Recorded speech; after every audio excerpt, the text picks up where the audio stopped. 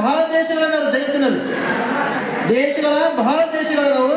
ಆದರೆ ಎಲ್ಲ ದೇಶಗಳು ಬಾಹ್ಯಾತ ಸಂಪತ್ತದಲ್ಲಿ ಏನು ಬಲಾಢ್ಯ ಇರ್ಬೋದು, ನಮ್ಮ ದೇಶವನ್ನು ಮೀರಿಸಿರಬಹುದು, ಯಾವುದೇ ಮತ್ತೆ ದೇಶ ಆಗಿರ್ಬೋದು.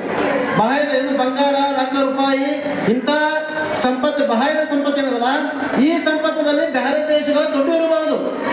ಆದ್ರೆ ಹೃದಯ ಸಂಪತ್ತವನ್ನ, ಆಧ್ಯಾತ್ಮಿಕ ಸಂಪತ್ತವನ್ನ, ಈ ಸಂಪತ್ತವನ್ನ ಮೀರಿಸಲಿಕ್ಕೆ ಈ ಜಗತ್ತಿನಲ್ಲಿ ಮತ್ತೊಂದು ದೇಶ ಯಾವುದೂ ಇಲ್ಲ. ನನ್ನ ಭಾರತ ದೇಶವನ್ನು ಮೀರಿಸಲಿಕ್ಕೆ ಮತ್ತೊಂದು ದೇಶ ಹುಟ್ಟಿಲ್ಲ, ಅದು ಹುಟ್ಟುವುದೇ ಇಲ್ಲ.